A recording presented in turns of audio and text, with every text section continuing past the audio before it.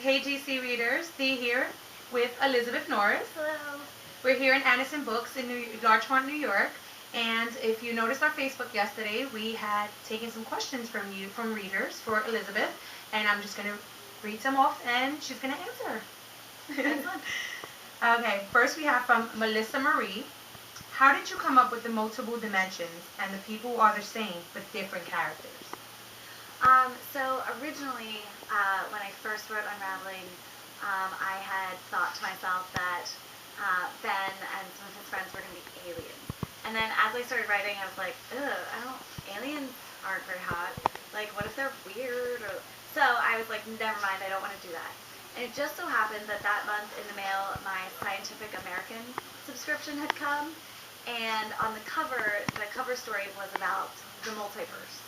And so I was like, oh, that's really cool. It's alternate dimensions and parallel universes. And I started researching it and thought that was a really cool idea. And it reminded me a lot of the TV show Sliders that was on when I was a kid. I hear a lot about that, but I never watched it. Like Jerry O'Connell. It was like one of his first roles. And he played this scientist who discovered a way to open parallel universes. Only when he went through the first one with some friends who tagged along, his machine got broken, so he could still open portals, but he couldn't target where he wanted to go. So they had to keep every episode. They went to a new universe and were trying to figure out how to get home. So it was a really cool show that I liked, at least the first couple seasons. The only thing I remember like that is Stargate. Yeah, I really like Stargate so. too. So I kind of, I thought I want to use this whole sort of idea of the multiverse, and I want to figure out a way to sort of make that fit with the story, and thankfully it did. All right, next up we have Amanda Pitts. She asks, who are your literary, I said that wrong, but influences and or what made you want to be a writer? So it depends. I feel like on one hand, I've always loved to write. My mom has stories that I wrote and illustrated when I was a really little kid. They were pretty terrible. It was like, Dan gets in the van. I mean, they were bad. But so I always liked writing, and I always liked telling stories. I would say that when I was in 10th grade, I had a really great English teacher who really sort of instilled that kind of love for reading and books and all things in me. And so that was when I first started to think maybe I wanted to be a writer. And it was in her class that we read The Great Gatsby by F. Scott Fitzgerald. And I got really into F. Scott Fitzgerald because I was like, he can just put words together and make sentences that are so beautiful. And so I wrote several Great Gatsby knockoff novels that were really melodramatic and not very good. But that definitely inspired me. Okay, next we have Delfina Millares. Do you have the whole story in your head before you write, or do you start with just an idea? Sometimes I start with just an idea, but usually my books start as an idea and the characters, and I might write a couple scenes. But before I actually really get into drafting the book, I'll write out an outline. It always helps me to know where I'm going, and most of the time in my books, I actually write the end first, because it helps me know what I'm working towards. And sometimes the end changes when I actually get there. The ending in Unraveling is almost exactly what I wrote in the very beginning. And then Nicole Wang, who won our contest, she asks, I always thought that FBI agents were supposed to not tell people what they did, or is that just in TV shows? But you said that you asked your FBI friend for research. So how did y'all meet? Your reaction when you found out he was FBI?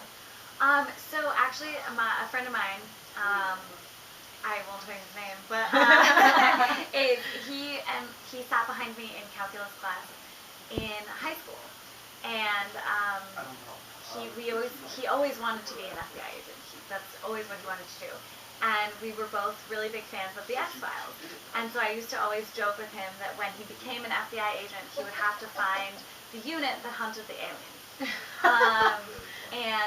And so, 10 years later, after I had moved back east from California, I realized he was working in Manhattan and I was living in Manhattan. so I was like, we should get together.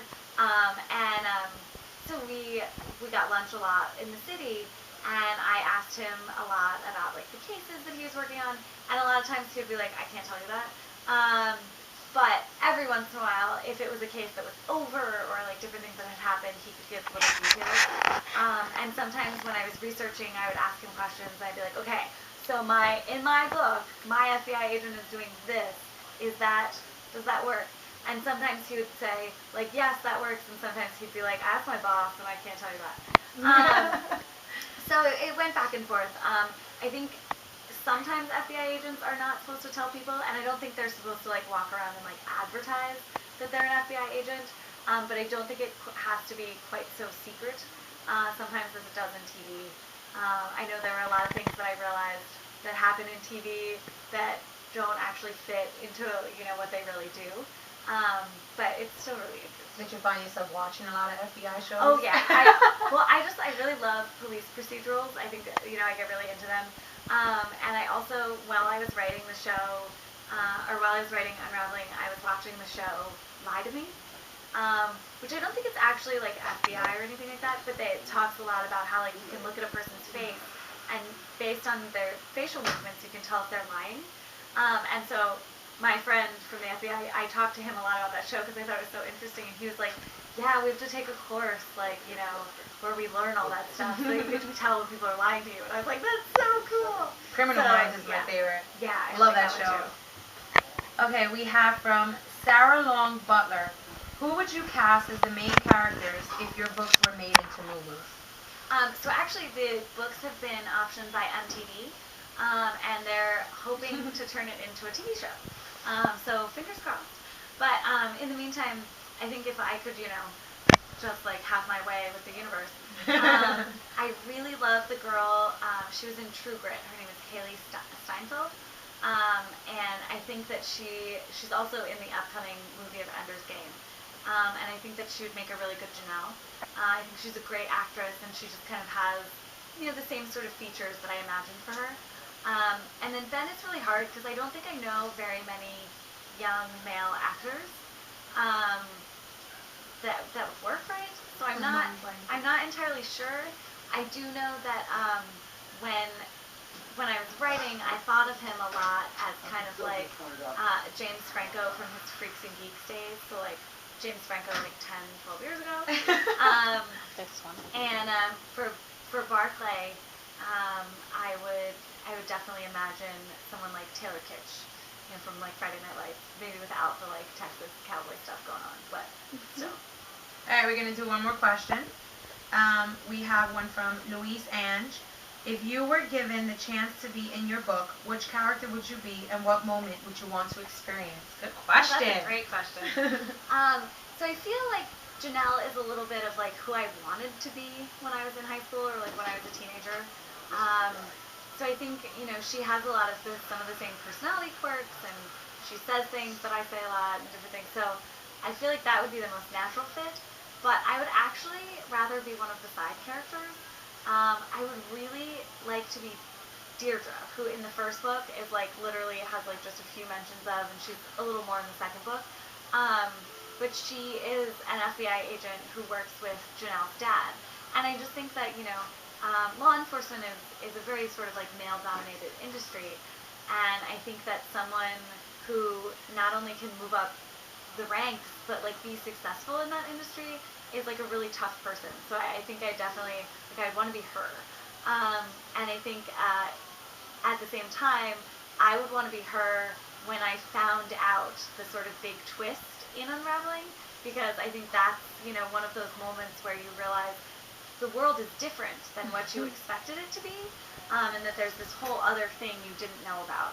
And so I'd really want to be that person that kind of not only feels like, okay, now I know this, but now I have to figure out how to protect the people I care about and the people I love and the rest of the world from this new information. Good. Trying to do that without spoilers. I was expecting you to say Janelle. But thank you so much for coming out to Anderson's Books and signing and taking the time to answer everyone's question. And thank you everyone on Facebook who submitted questions last night and played along with us. We are giving away a signed copy of Unraveling and Unbreakable, so make sure to leave a comment below and tell us what you think of our little video interview. Bye! Bye!